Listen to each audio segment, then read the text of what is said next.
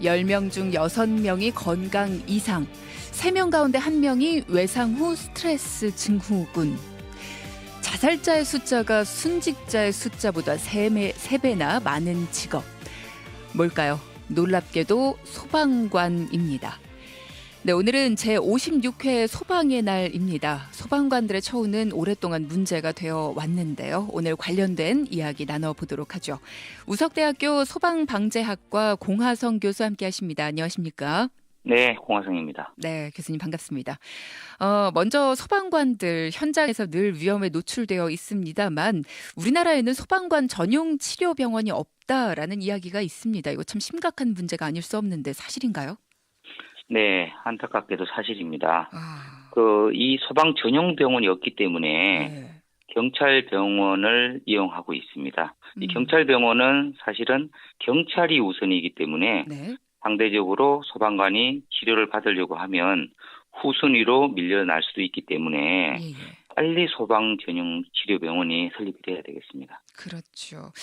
왜 지금까지는 설립이 되어 오지 않았나요? 이게 논의 자체가 되지 않지는 않았을 텐데요. 예, 논의는 계속되고 있지만 근본적으로는 이 비용 때문인 것이죠. 그렇군요. 뭐 구조나 구급 업무 중에 폭행, 폭언 뭐 이런 피해를 당한 사례도 적지가 않죠. 뭐 따라서 소방관 전용 심리치유센터 이런 것의 필요성도 제기가 되고 있는데요. 당연히 필요하죠. 예. 그렇지만 이 센터를 만들어야 된다는 말만 있지 언제 만들지 이런 이야기는 또 없기 때문에 이것도 또 문제가 되고 있습니다. 그렇지만 이와 비슷한 심신 안정실이라고는 있습니다. 이 심신 안정실은 네. 그 119 안전센터가 1,000여 곳 정도 되는데 네. 그 중에서 350곳 정도가 이 심신 안정실이 있습니다. 그런데 이 문제는 그 윗선의 눈치를 보다 보니까 이 심신 안정실조차도 마음대로 이용하지 못하는 그런 처지에 있습니다. 그래서 제가 생각하기에는 제도로 이렇게 바꿨으면 좋겠습니다. 네. 이것을 의무 제도로 해서 네네. 한 달에 몇 시간 이상은 반드시 심신 안정실에서 안정을 취하라. 이런 규정을 마련하고 오히려 그 시간 동안 안정을 취하지 않는 소방관한테는 오히려 불이익을 줄 수 있는 이런 제도를 좀 만들면 좋겠습니다. 의무적으로 그 안에 머물러야 하는 그런 제도를 좀 만들어야 되지 않겠느냐. 1,000여 곳 중에서 300여 곳밖에 없다는 것도 일단 문제일 텐데 심신 안정실은 어떻게 구성이 되어 있나요? 네, 심신 안정실은 거기 내부 소방서마다 주로 그 심신 안정실이 운영되고 있는데요. 예, 예. 거기에는 안마기도 있고, 발 마사지기도 있고, 또 명상할 수 있도록도 돼 있고, 필요한 경우 지침 조치할 수 있도록 이렇게 되어 있습니다. 휴게실 비슷하게 되어 있네요. 그렇습니다. 상황에 따라서는 상담을 요청하면 전문 상담자가 와서 상담까지 해줄 수가 있습니다. 사실 그런 것들이 필수적으로 되어 있어야 될 텐데 말입니다. 맞습니다. 예. 뭐 휴게실 정도의 시설이 필수적으로 되어 있는 것이 아니라 사실 심리치유센터라면 치유의 시설이 있어야 될 텐데 그게 조금 안타깝긴 하네요. 그렇습니다. 출동한 소방관들에게 폭언, 폭행 가하는 민원인들 뭐 이 이야기는 뉴스를 통해서도 우리 청취자분들도 많이 접하셨습니다. 그렇기 때문에 경찰관과 함께 출동을 해야 된다. 뭐 이런 주장도 있던데 처벌이 강화돼야 된다 이런 움직임이 최근에 있었죠. 어떻게 처리가 되고 있나요? 사실상 법적으로는 이 소방관련법에 이 규정은 상당히 높습니다. 5년 이하의 징역 또는 5천만 원 이하의 벌금에 처하도록 되어 있습니다. 네. 그런데 그런데 문제는 이 폭언 폭행이 있을 때 인과관계를 확실하게 그 소방관 스스로가 밝혀야 된다는 것이죠. 그런데 그러다 보면 또 윗분들은 이렇게 생각할 수가 있는 거예요. 너가 어떻게 잘못했길래 그런 폭언 폭행을 당했느냐. 상대적으로 그렇게 볼 수도 있고 이런 문제가 발생되다 보면 어떤 법적인 문제로 가려고 하면 국민들의 그 상황에서는 좀 안 좋게 보일 수도 있는 거예요. 그렇기 때문에 소방관 스스로가 이런 것을 문제를 해결하고 이 폭언 폭행에 대해서 어떤 벌금을 부과하는 데는 상당히 어려움이 있고 이런 벌금을 부과할 것수는 사실은 그러다 보니까 거의 없습니다. 사실 국민을 상대로 소방관이든 경찰관이든 뭐 소송을 제기한다라는 것이 국민의 입장에서는 뭔가 공권력이 국민을 상대로 뭐 이런 생각이 들 때가 있을 수 있을 것 같습니다. 네. 예. 이 참 문제가 있네요. 기본적인 것부터 하나하나 좀 고쳐 나가야 될 텐데 항상 말뿐인 것 같아서 좀 미안한 감이 있습니다. 소방관들을 힘들게 하는 것 중에 하나가 현장에서 본의 아니게 법적인 문제가 발생을 했을 때입니다. 당신들이 적절하게 대응하지 못해서 죽었다. 뭐 심지어 이런 말까지 듣는 경우도 있다고 하던데 뭐 이런 경우에 법률적으로 지원을 해줄 전문가도 필요할 것 같은데 어떤가요? 현실적으로. 네, 당연히 필요합니다. 음. 그래서 몇 년 전부터 이 법률적인 문제를 해결해 주기 위해서 예예. 변호사를 특채를 했습니다. 그래서 운영이 되고 있는데 네. 어찌된 영문인지 이 특채된 변호사가 대부분 퇴직을 하고 현재는 한두 명밖에 남아있지가 않습니다. 그러면 실제로 운영이 잘 되고 있지 않다는 말씀이신가요? 그렇죠. 거의 운영이 되고 있지 않다고 볼 수 있습니다. 뭐 지금 거의 아무것도 되고 있지 않다는 말씀이시네요. 좀 안타깝네요. 자, 얼마 전에 이런 뉴스도 봤습니다. 구하지 못한 사람에 대한 죄책감으로 시달리다 목숨을 끊는 소방관의 이야기. 제가 굿모닝 코리아 통해서도 들려드렸기 때문에 아마 우리 청취자분들도 많이 알고 계실 텐데 정신적인 부분에 대해서도 관리가 필요할 텐데 그런 부분도 지금 뭐 심리치유센터 이런 것들도 없다. 그리고 또 법적인 분쟁에 휘말려도 도와줄 변호사도 없다. 그리고 또 주치자라든가 아니면 뭐 폭언이나 폭행을 가하는 민원인들로부터도 어떻게 보호받을 제도 자체가 지금 많이 부족하다. 뭐 이런 이야기 지금 해주고 있으십니다. 소방관이나 구급대원들 현장에서의 고충이 많이 있을 것 같습니다. 보시면 어떠십니까? 일단은 그 상황이 특수한 상황이지 않습니까? 예. 그러니까 그 사망한 사람들도 많이 보게 되고 그다음에 또 보지 못해야 될 부분들, 보지 않아야 될 부분들. 네. 그러니까 일반 국민들은 그 보지 않는 그런 아주 험악한 상황들까지 다 보기 때문에 심리적으로도 많은 안정이 필요하고 또 근무 여건 자체도 우리가 미안합니다. 상교대라고 하고는 있지만 예. 이 상교대가 소방관들 사이에서도 무늬만 상교대다 이런 말들이 있습니다. 네. 왜냐하면 상교대가 되려면 인원 충원이 그만큼 많이 돼야 되는데 인원 충원은 그만큼 더뎌지고 있기 때문에 실제 그 상교대를 했을 때 실제 근무 인원은 그만큼 줄어든다는 것입니다. 다시 말해서 업무는 그만큼 가중되어 있다는 것이죠.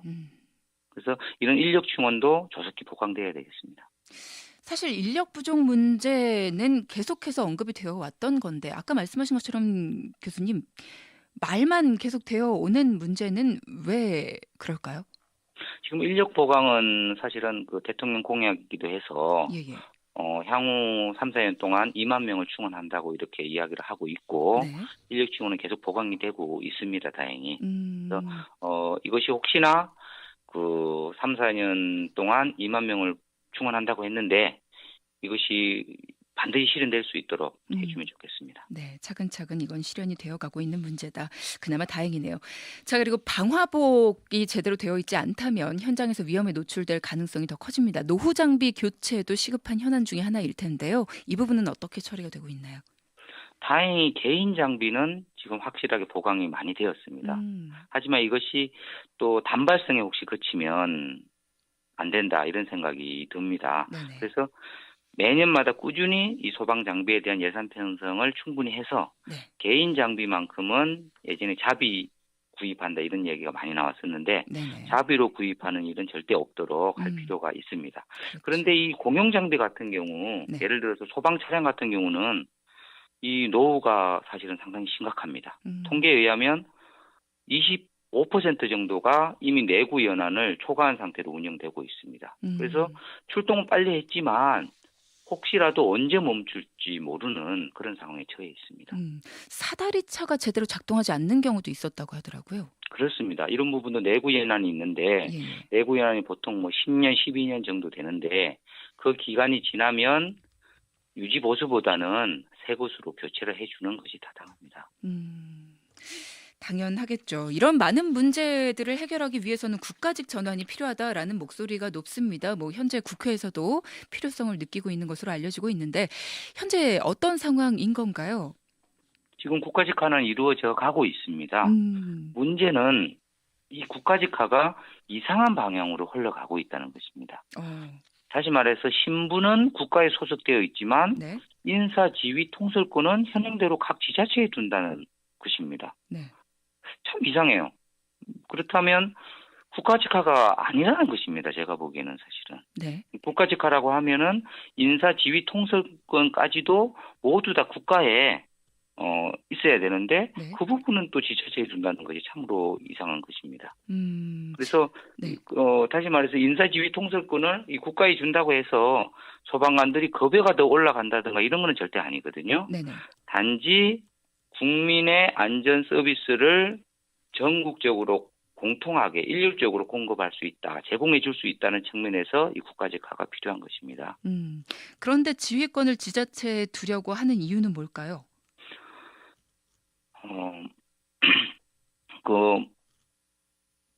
시도지사를 대상으로 설문조사를 해보면 시도지사는 국가직화는 15% 정도만이 국가직화를 원하고 85%는 지자체에 두는 것이 맞다고 생각을 하고 있는데 제 개인적인 그냥 생각으로는 지자체에 둔다고 하면 시도에서 그 소방관을 어떤 관리하기가 편하다는 것이죠. 시도에서 소방관을 관리한다. 특별히 관리를 할 만한 이유가 있을까요? 지금 뭐 듣기에는 글쎄요 이해가 되질 않는데요. 예를 들어서 이걸 어떻게 표현해야 될지 좀 표현하기가 조금 곤란한데 그 시도에서 시도지사가 어떤 명령을 할 때 네. 소방관이 잘 따를 수 있다는 것이죠. 그러니까 지휘 관리하기가 편리하다는 것입니다. 네. 지자체에서 소방 공무원들을 지휘 관리하기가 편리하다. 그렇기 때문에 국가직이지만 지휘권은 지자체가 가져야 된다라고 85%가 그렇게 이야기를 하고 있다. 네, 그거는 어떤 원인에 의한지는 모르겠지만 네. 우리 국민들이 한번 판단을 해 주셔야 될 것 같습니다. 지금 말씀을 들으면서도 글쎄요 의문이 좀 듭니다. 고개를 갸우뚱하게 되고요. 그리고 또 지금 국가직으로 전환되는 것들 차근차근 준비는 되어가고 있지만 설명을 들으면서도 왜 그렇게 되어야 될까라는 생각이 듭니다. 이게 국가직이 과연 맞을까라는 생각도 계속 들고요. 법이 신속하게 만들어지지 않았던 것도 문제지만 지금 교수님과 이야기를 나누면서도 노후 장비 교체 문제도 그렇고요. 그리고 또 지금 계속해서 법과 관련돼서 준비가 돼야 되는 부분도 그렇고요. 뭔가 말뿐이었고 차근차근 이루어지는 것도 그렇고 뭔가 빠르게 교체가 되지 않는 부분도 그렇고 참 답답한 부분이 많습니다. 소방방재학 연구하시는 학자 입장에서 소방의 날을 맞아서 뭔가 좀 이런 부분 답답하다. 이런 부분 좀 고쳐져야 된다. 이렇게 하실 말씀 있으실까요? 소방은 곧 안전이라고 생각하고요. 이 안전은 어떤 문제가 발생했을 때 즉시 바로 실천하는 것이다. 이렇게 말씀드리고 싶습니다. 왜냐하면 이 안전은 실생활에 직접 적용은 되지 않는 것이지 않습니까? 네. 그렇지만 그렇기 때문에 시간이 지나면 쉽게 잊혀질 수 있기 때문입니다. 그렇습니다. 지금 아마 방송 들으시면서 많은 분들이 공감하시지 않을까라는 생각이 듭니다. 제56회 소방의 날을 맞아서 소방관 분들의 처우 현재 어떠한지 그리고 또 앞으로 어떤 것들이 필요한지에 대해서 이야기 들어봤습니다. 감사합니다. 네.